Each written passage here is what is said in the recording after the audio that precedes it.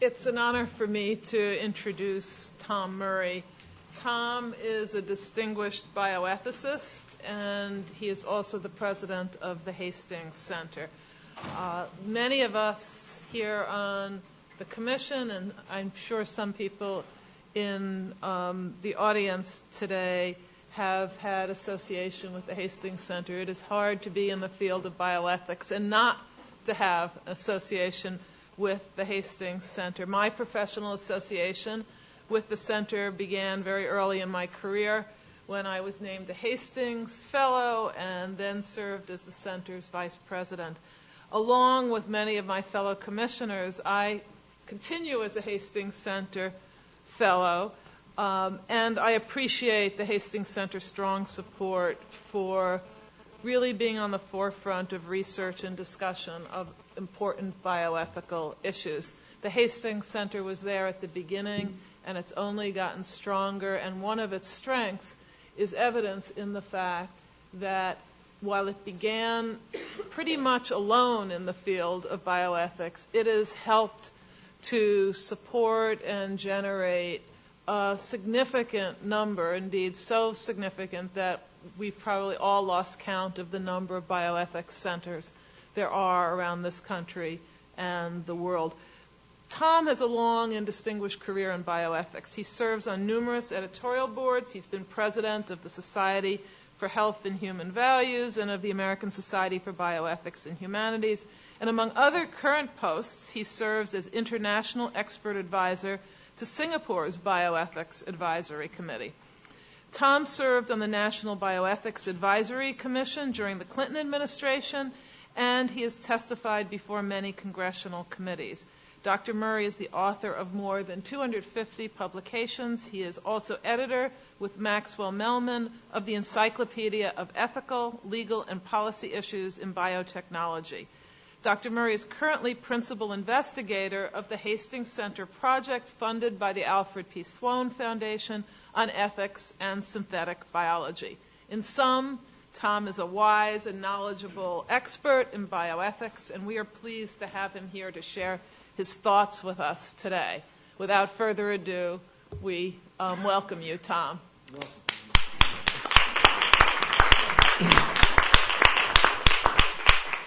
I've always thought it was a curious practice to applaud before you know what someone has to say, because it's very difficult to take it back later, but thank you anyway. Thank you for the very generous introduction. I could refer to you as President Gutman or Chairperson Gutman, but I know you as Amy, and I'm a Tom, and I know too many people around here personally. And my apologies to all the rest of the people in the room who see my back. It's rude, but I think that I have no option but to sit in this orientation. My goal is to be useful to you in your work on synthetic biology and, if possible, beyond.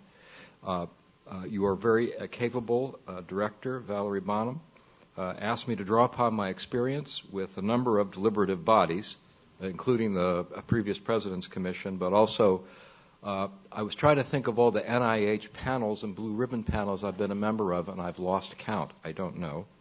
I'm on the World Anti-Doping. I chair the World Anti-Doping Agency's ethics panels.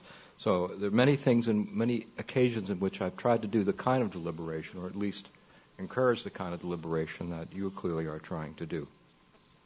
And in addition, we have a project at the Hastings Center on ethics and synthetic biology, so there's had an opportunity to become familiar with the details of it.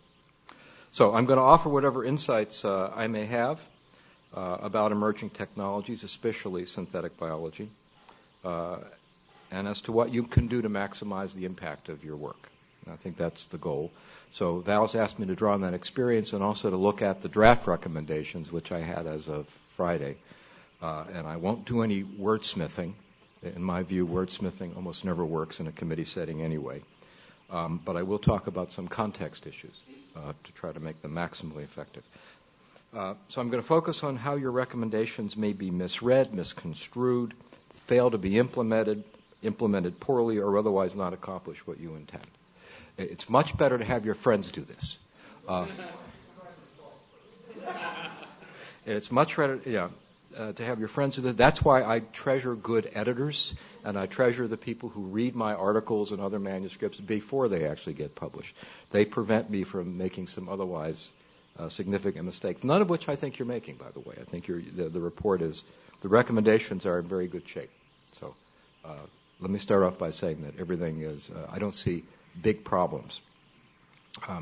So I want to start by addressing briefly two questions, two broad questions.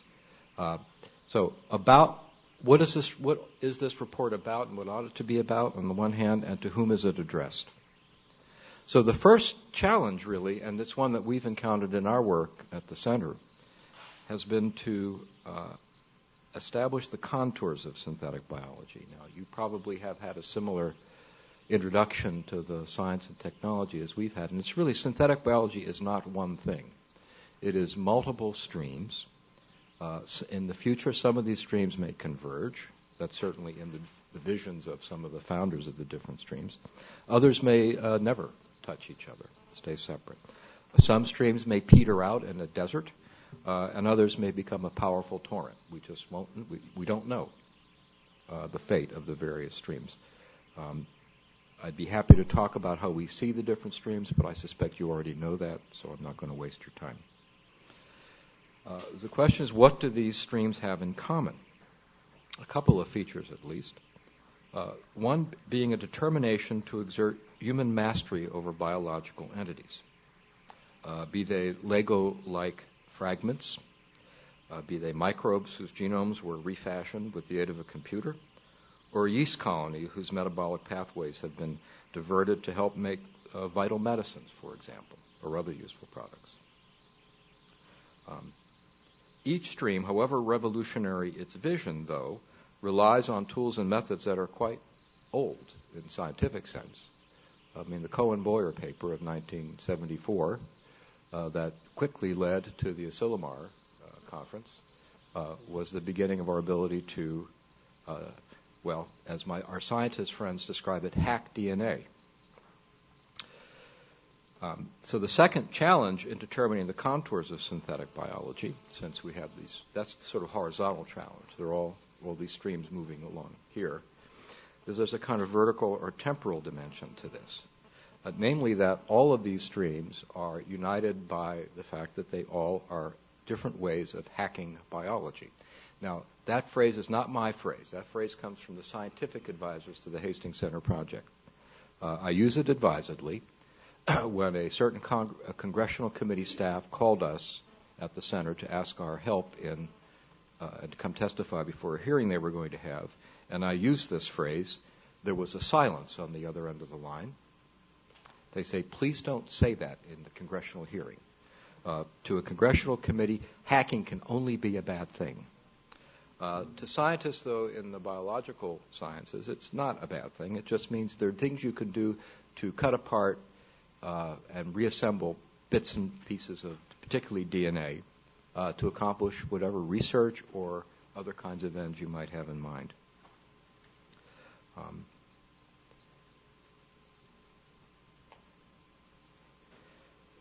Now, so the Commission faces this kind of challenge.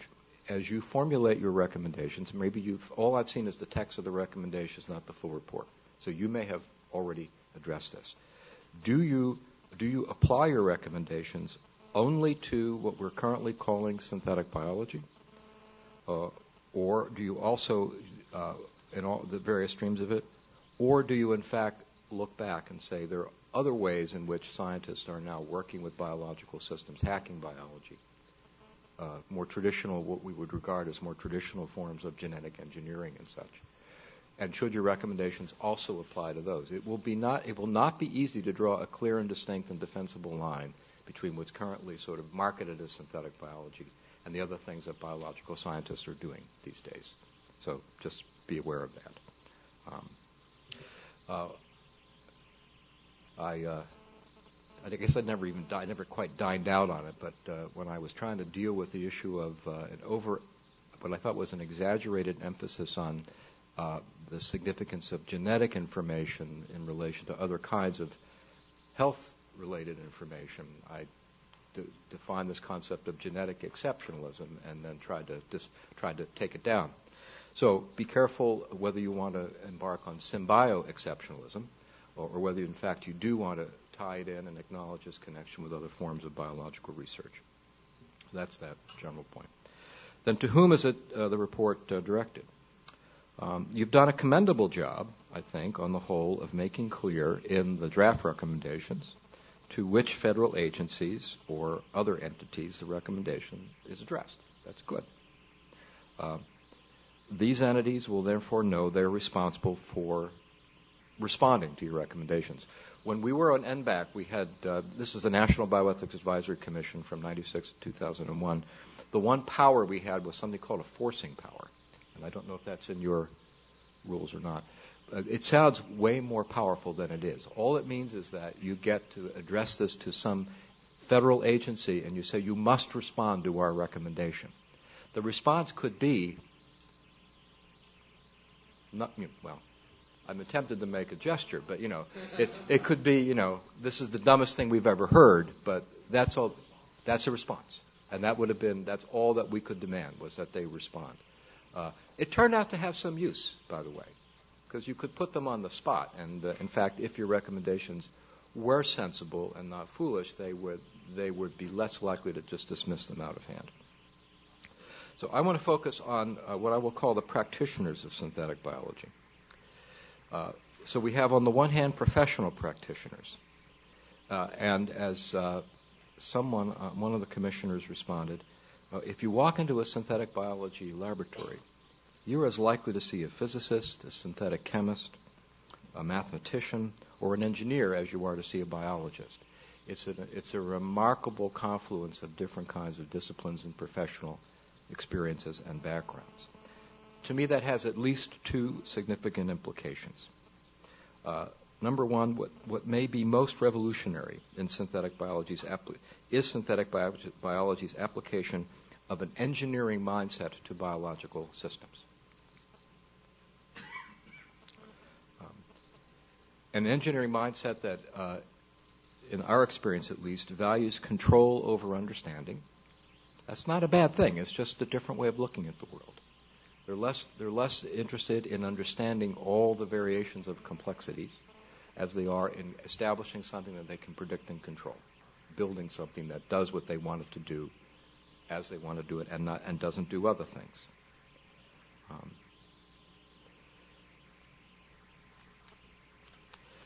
Another point to be taken, I think Christine Grady may have mentioned this, that they come from different traditions and different backgrounds. I mean, engineers come from schools of engineering. Biologists come from schools of usually arts and sciences or schools of perhaps medical schools. The training's different. It may include different training about their ethical responsibilities, about their professional obligations, and about their larger obligations to society. This is, again, not a complaint. It is not saying that one is better than the other. It's just saying these are different traditions, and we need to bear that in mind if we're formulating recommendations about how to assure a socially responsible outgrowth of synthetic biology. We have to pay attention to all the various streams that are contributing to the burgeoning practice of synthetic biology. For example, Recommendation 9, which is on ethics education, why not include the National Academy of Engineering along with the National Academy of Sciences? In general, anytime you refer to people doing synthetic biology, the language of the recommendations often refers to scientists, but also, I would say, and engineers. And that's just to be more inclusive, and that's the reality of the way it's being practiced right now. Now, there also this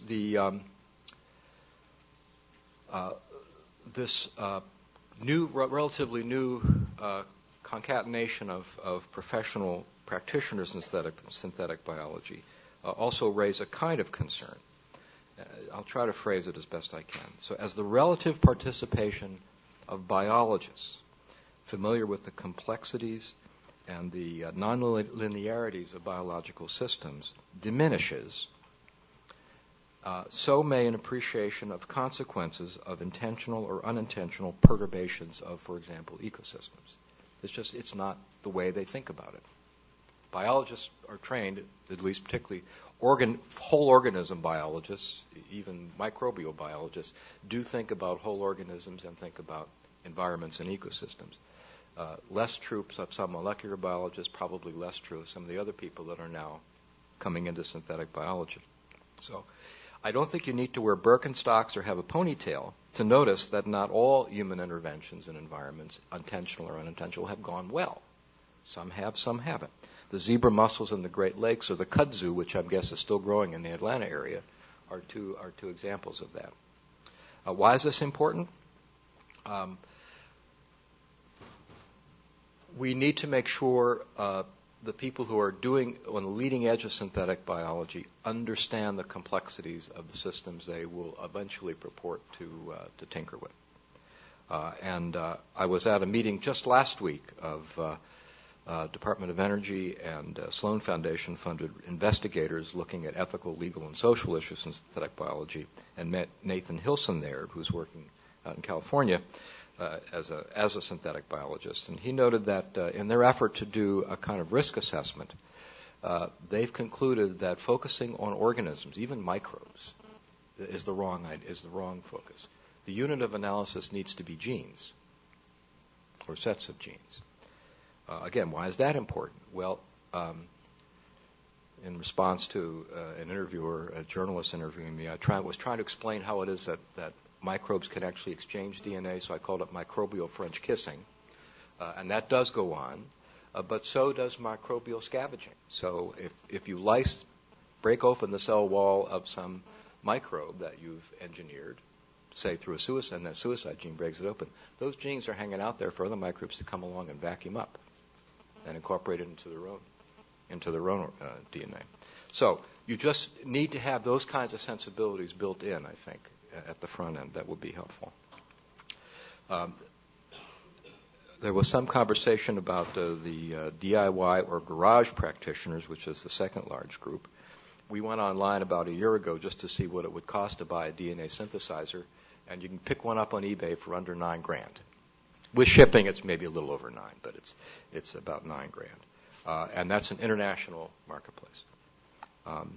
Now, here's where the hacking metaphor really, I think, acquires its force.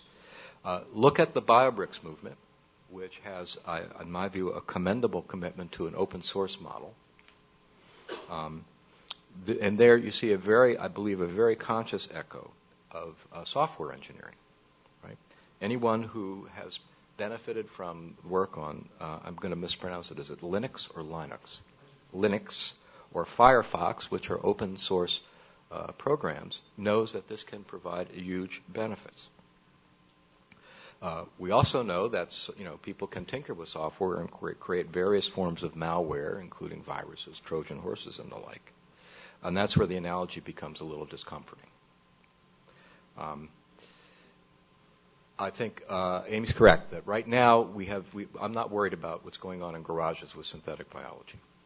5 or 10 years from now, as the tools become cheaper and more widely available, and the growth in the number of practitioners will expand, I guess, significantly. Some will be doing essentially basement chemistry experiments like we did as kids, but some will be doing more ambitious things. So, just as a thought experiment, not to frighten anybody, but so I have a smartphone here, and some people jailbreak smartphones.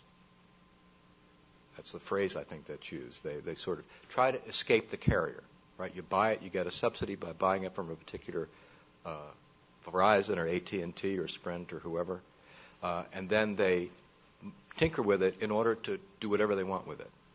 So it no longer becomes in the control of the carrier they bought it from. That's called jailbreaking. Will we have jailbreaking in synthetic biology?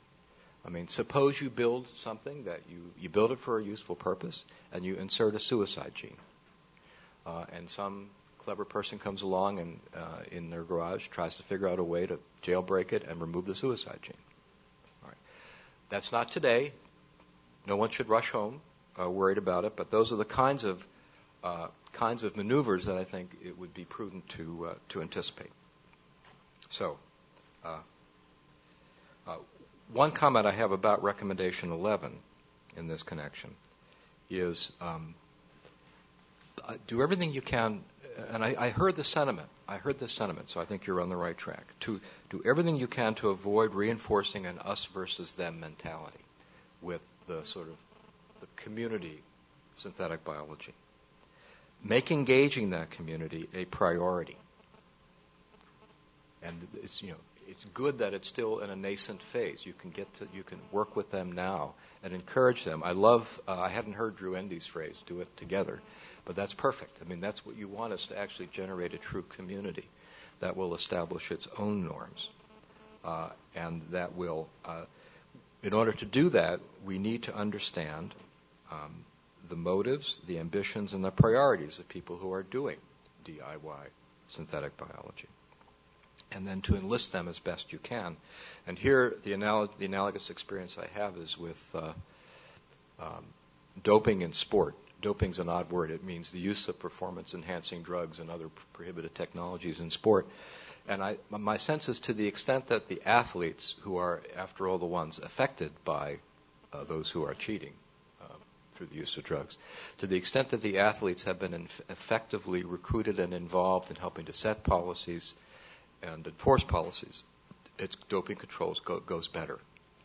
To the extent that it's imposed from the outside, you end up with the us versus them, and it just doesn't go well at all. Shall I make a few comments about some of the REC's recommendations? Okay. The first note I made even before I started reading them was assign specific responsibility whenever you can, and I think you did a good job with that. I would rather have a conversation than continue endlessly, so I will only pick out a few of the recommendations to discuss. The first, number one, under public beneficence, calls for a coordinated evaluation of current public funding for synthetic biology activities, including risk assessment and the consideration of ethical and social issues. You may have revised that. I was not. I only got here at about 2. That's excellent. Be aware of one trap that the Genome ELSI program has fallen into. And that is the trap that I will just call the only things that can be counted count. That is, there's been a real movement away from serious engagement with normative and conceptual issues into data gathering.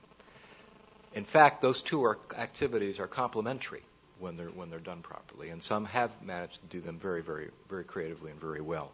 But there is definitely a kind of tendency for a domination of the as a friend of mine who's on the study section says, the bean counter mentality.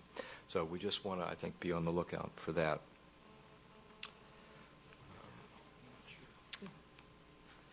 I should say that your recommendation 4 begins by saying there's no need at this time to create additional agencies or oversight bodies focused specifically on synthetic biology.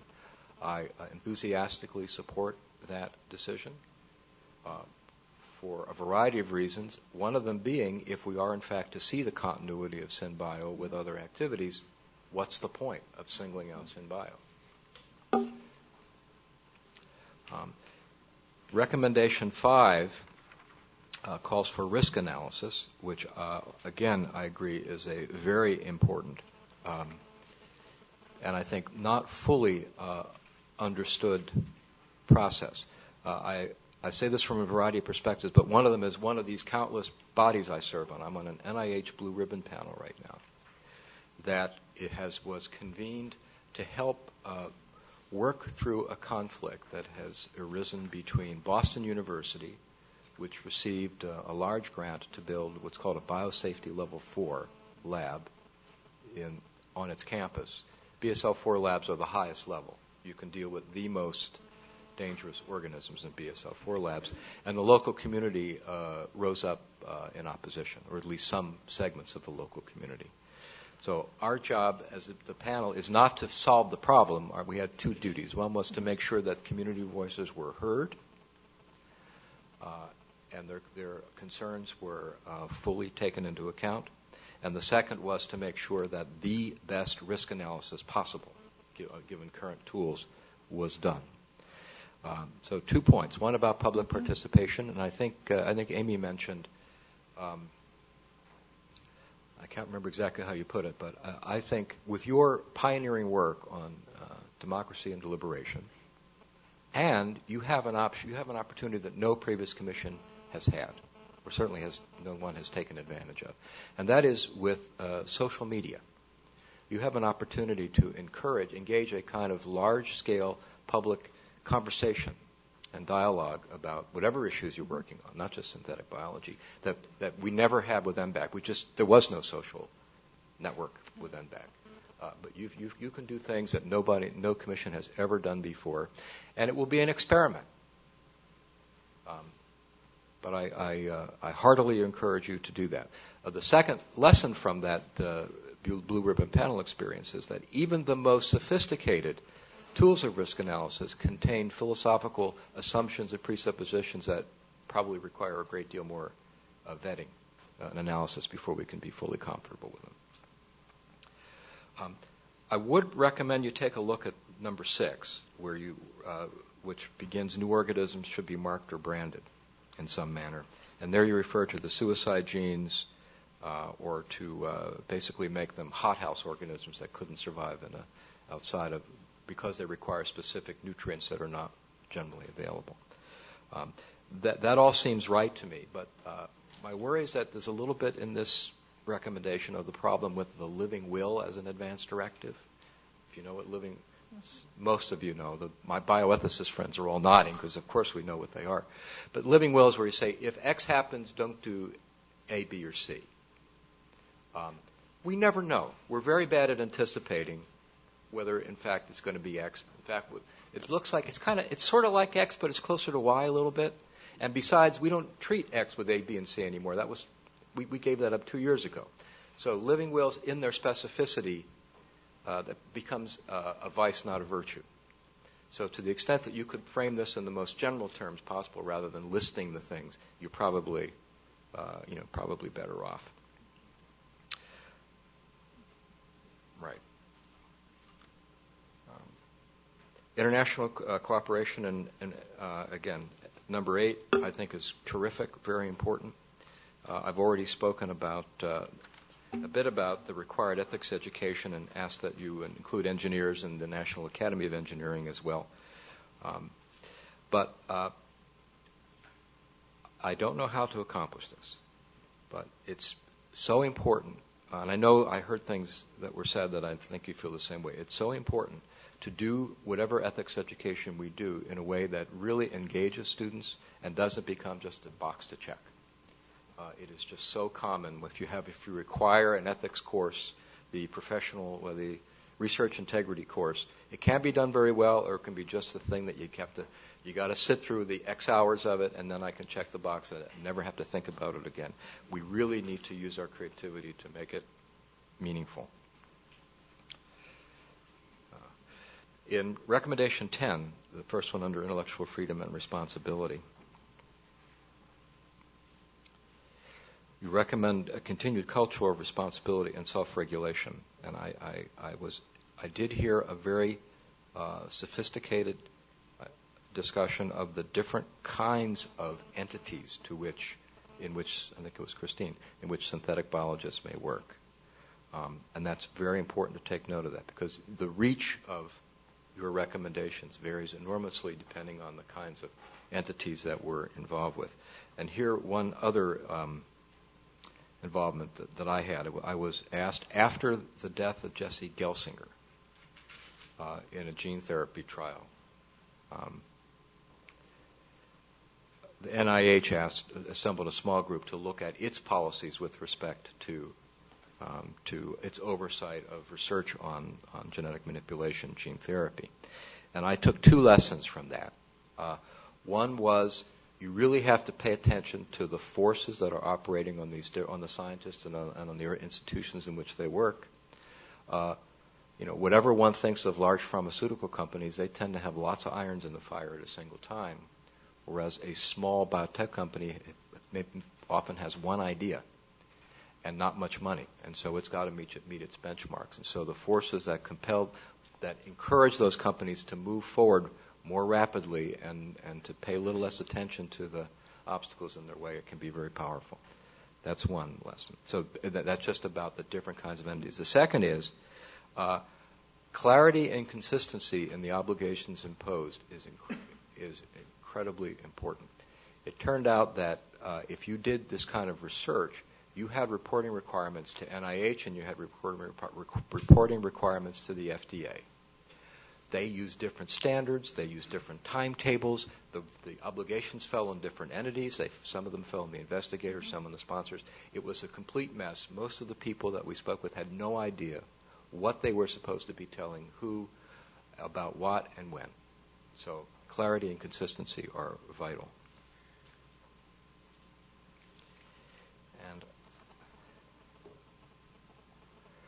And the discussion of export controls, also I thought very sophisticated. Be aware that if, to the extent that export controls are instituted, I wasn't sure what would you not allow to be exported. Particular machines, well, they're on eBay. Sequences, particular synthesized sequences. The U.S. is not the only place that can do that. If in fact we did have a monopoly in certain kinds of technologies in synthetic biology and we refuse to export them, we may or may not have good reasons to do that, but you can anticipate accusations from around the world that the U.S. wants to keep all the best and most dangerous stuff for itself, and it will feed the kind of paranoia that one finds.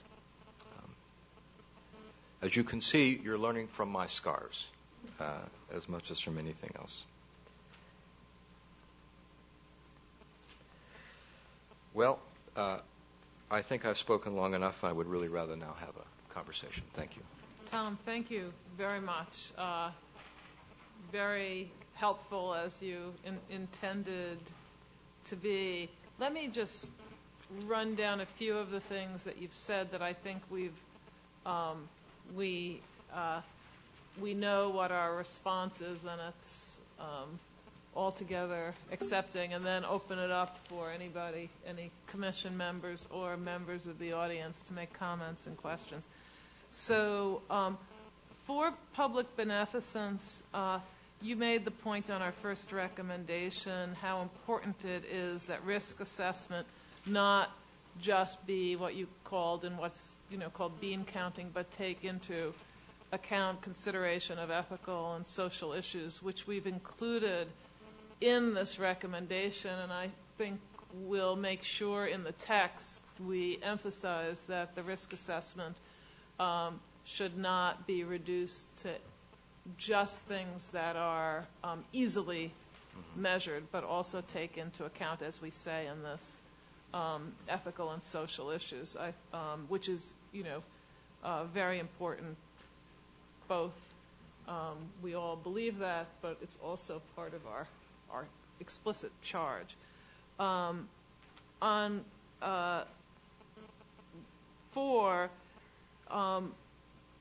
and this you just said we did it right, but I just think it is important sometimes to say what you don't need to do as well as what you do need to do. And we said we really saw no need to create additional agencies or oversight bodies, and I'm glad you agree with that because you actually did independent investigation to ours, and it's good to get that reinforced.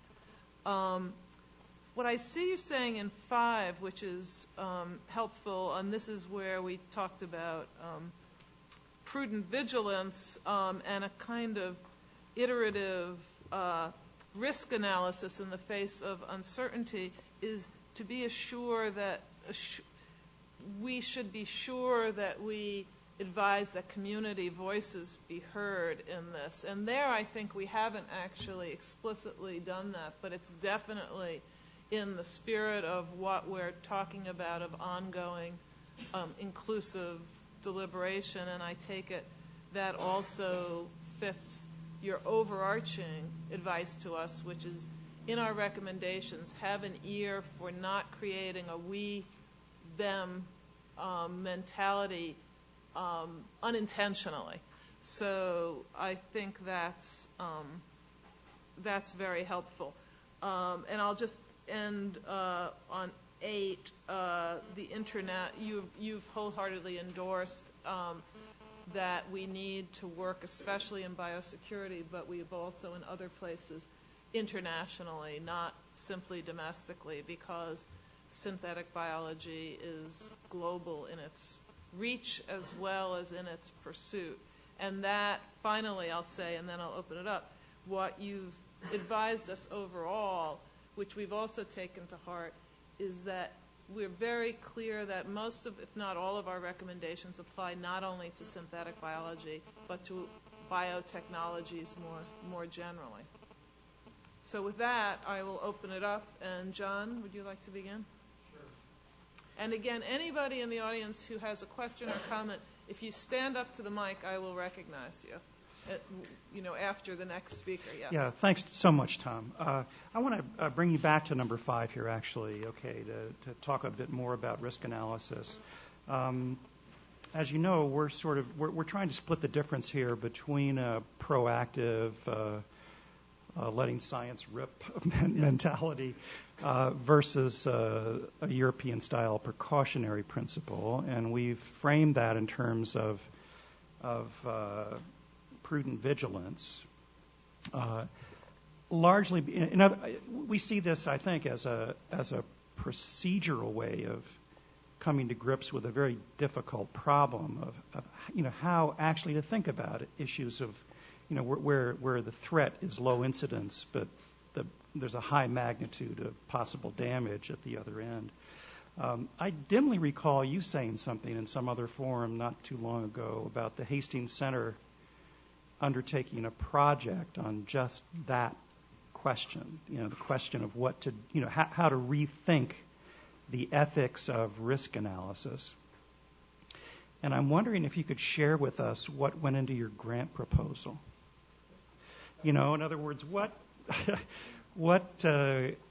apart from these sorts of generalizations that we're making here about the need to split the difference between these two very opposed stances on risk, is there anything more that needs to be said or that could be said in a helpful way in a document like this?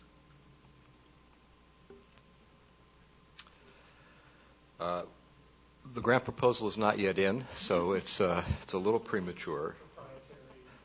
I got an email from the program officer last night asking to have it in about a week and a half, so we're going to move swiftly on this.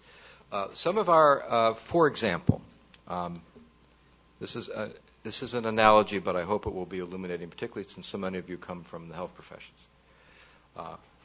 As you know, there's a lot of sentiment in favor of doing preventive measures rather than just sort of taking care of people after they're sick. And there are ways to assess the cost effectiveness of a variety of different measures in medicine, including preventive measures. But there's also this thing called a discount rate and the present value calculation. So if I spend $100 today to save a life 20 years from now, that's, the value of the life saved is very small. Because every year the percentage diminishes by a percentage. So the question is that the right model for thinking about how to assess preventive measures? Should we use this kind of aggressive discount rating and computation of present value for interventions? So that's one way in which it's not risk analysis, but it's a way in which the assumptions may in fact not reflect our deepest sort of considered values in going forward with public policy. In the case of synthetic biology, I was struck by a comment a scientist that made to my colleague Greg Kademick, who said, with no irony, he said, I think synthetic biology is great. The only thing I'm worried about is the possibility of catastrophe. And we said, well, we worry about that too. And we'd like to find we'd like to look at the various tools that are used to do risk assessment. And I watch them in process in the current Blue Ribbon panel in which I serve. And they just strike me that there are many assumptions that are not being fully questioned. And we'd be happy to continue in conversation with you about that, but I don't think I have a whole lot more insight to offer at the moment. Yeah. Dan? Tom, you were somewhat silent in talking about the overarching framework under which we organize the principles. Maybe it's because we didn't give you any detail about them, but you concentrate on all the recommendations rather than the framework. And I was wondering whether you thought the framework useful, vacuous? Is it sufficiently comprehensive to, as you were suggesting, apply to other kinds of emerging technologies? Or did you just sort of see them as headlines that you didn't really think about? Well, it began as the latter, but upon looking at them and hearing the discussion that I've been here since 2, and seeing how you framed it, I think it's a useful framing. I don't have anything better to offer, and I think it is good to group them under these kinds of broad categories. I love it that you're talking about responsible stewardship. The concept of stewardship is one we've been trying to inject into the debate over health reform for quite a while now, and I think it absolutely has a good place of pride in your deliberation. So I would congratulate you on the framework, and I have no modifications to suggest to it. Thank you. Nita? Thank you. It's a pleasure to hear from you as well as your thoughts on the recommendations. I wanted to turn specifically to recommendation number 13, which you commented on. Your comment makes me a little bit wary about the recommendation itself because I don't understand us to be recommending any sort of export controls.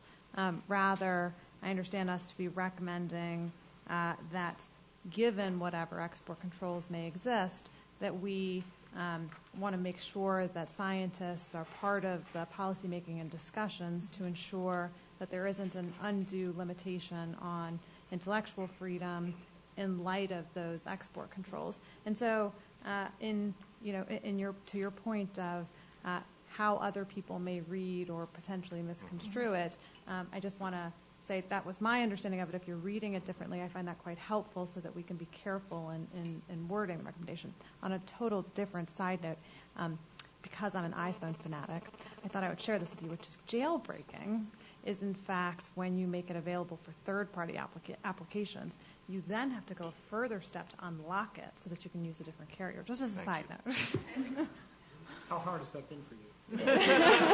So it's actually quite easy to do, but nevertheless, it's a two-step process. You have to really hack into it to make that happen. So that's so far beyond my capacities that I have no. Jim?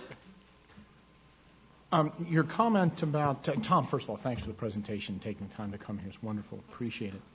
Your comment about the fact that the unit of analysis, we need to remember that the unit of measure is the gene. Did it occur to you that perhaps we were straying from that? What prompted you to make that observation here? And maybe say a little more about that. So how I got to make that point. I'm not sure that's the right answer. That's the answer that Hilson and his group have come up with, and it was a plausible answer. That you would build in safeguards such as self-destruct mechanisms into synthetically engineered organisms that did things that were very powerful and transformative, and you didn't want those powers to escape. So you create a way for the organism to sort of destroy itself, or to be destroyed at your will. The problem is if the power that you build into it is just basically vacuumed up by another organism that has no problem and no suicide gene built in, that's an issue that needs attention. And particularly, I guess, to the extent that some of these containment concepts would be based on the chassis, scaffold, if you will, that executes the will of the genome, but it, in fact, may be the chassis that suffers from or that is designed to have the greenhouse properties, hothouse properties that don't exist out in the environment. Mm-hmm. Whereas the gene could survive out there in spite of the fact that the chassis could not. And one imagines, I suppose, that we could be going in the same direction we did in so much of molecular biology, looking for common chassis, bacteriophages or something like this that would carry these things. Do we need to be more explicit about that in these recommendations?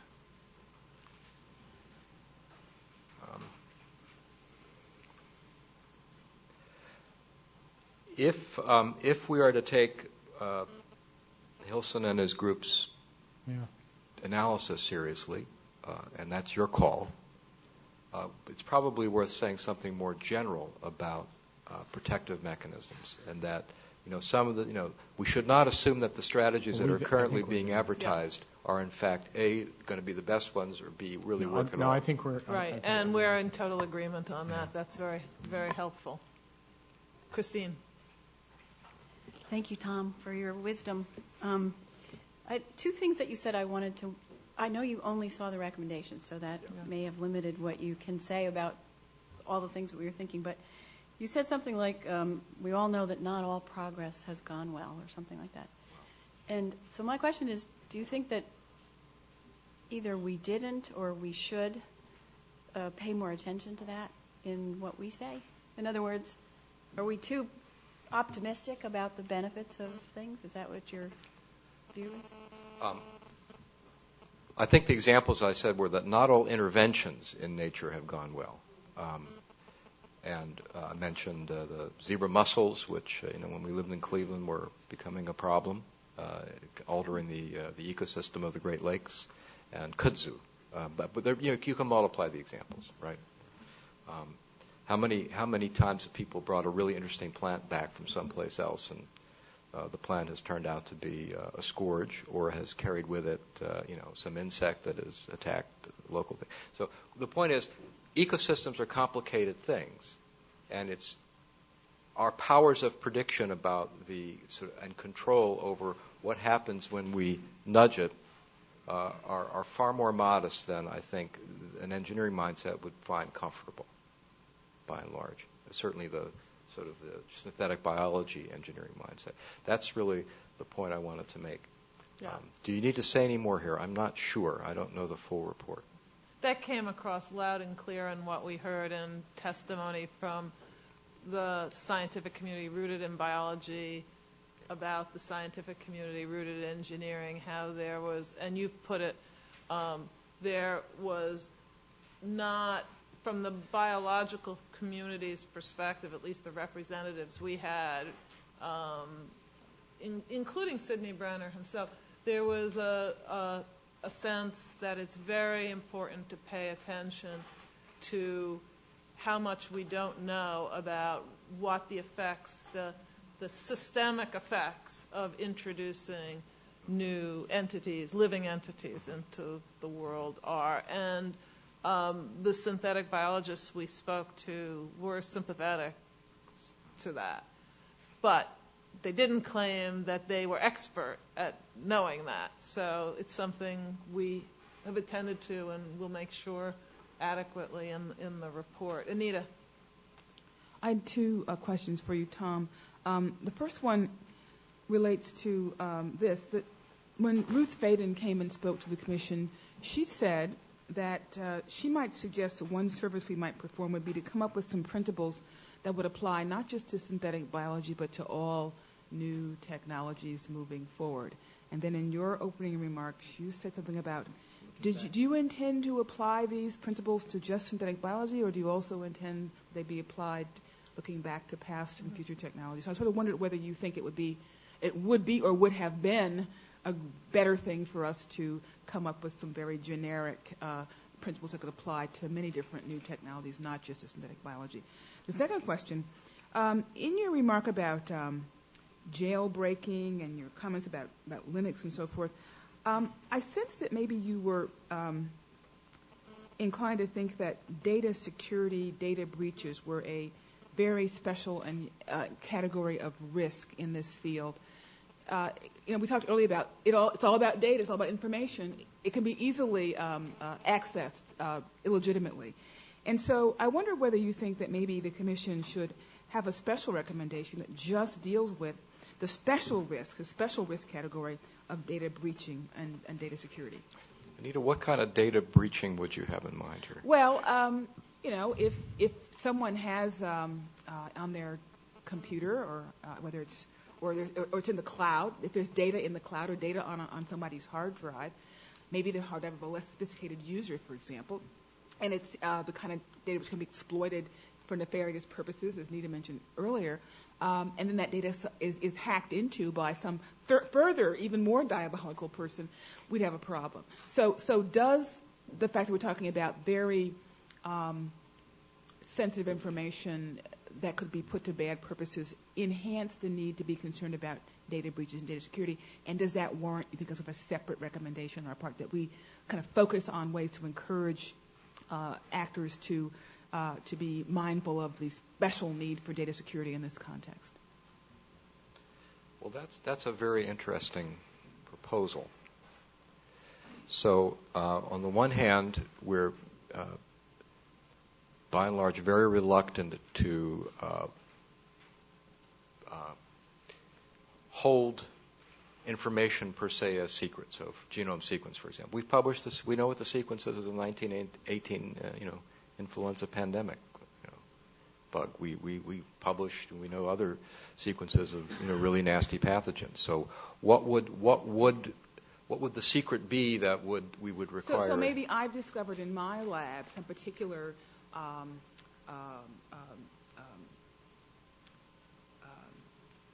organism may be too strong, but some particular application of the science, of the freely available information, which probably shouldn't just get out to anybody, but yet my data security is not so good, and so things can be hacked into and leak out. That's the kind of thing I'm imagining, where some application based on readily available biobricks, readily available data and technology is then available to those who might make bad uses of it. And should we have some special precaution here in this context because the implications of a data breach would be so extreme? And one of the reasons why I ask this question is because in some other fields totally unrelated to this one, say financial privacy, for example, there's a huge interest in making sure that data doesn't get out, that we don't inadvertently or verdantly, intentionally let data that shouldn't go beyond where it is get out. And so I was thinking earlier today that maybe we might need to focus more on data security, and some of your comments made me think that you were especially concerned about data security. I'll have to think about that. Okay. Anita. Right. It seems to me that the holding financial information closely, yeah, because you don't want people,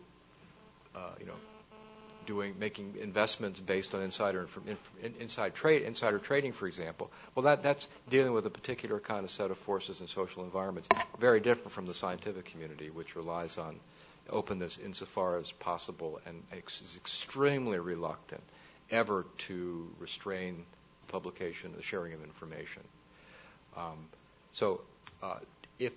I guess it's a contingent answer. To the extent that data that something arises that is so easily used in a malevolent way, absolutely we should be very mindful of security with that. That's likely to be quite a rare occurrence, at least in the near future. So we are running out of time. Given how much we have already learned from you, we can thank you again. You did not disappoint, and we know that we have an open, if not cell phone line, email line, which will not breach any security for us to pick your brain some more. So thank you very much.